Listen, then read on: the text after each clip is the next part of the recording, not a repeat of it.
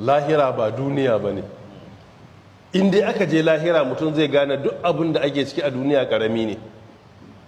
Saboda me? Saboda azabar lahira ya tabbata a hadithai da dama, fiyayyen halitta yana yi wa sahabbai bayanin azabar lahira, yakan ce yi uta bi an ami ahalin duniya.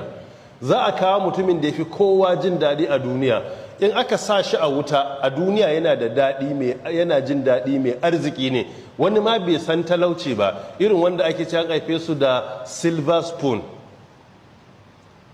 komai a daɗi ya tashi har ƙarshen rayuwarsa.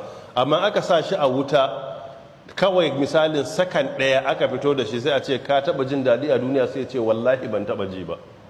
Sakan ɗaya shi ne ɗaya cikin 60 na minti ɗaya. In an sa mutum a wuta aka cire, yana mantar da duk ni'imar duniya da mutum ya sha, dukkan ni'imar duniya gaba ɗaya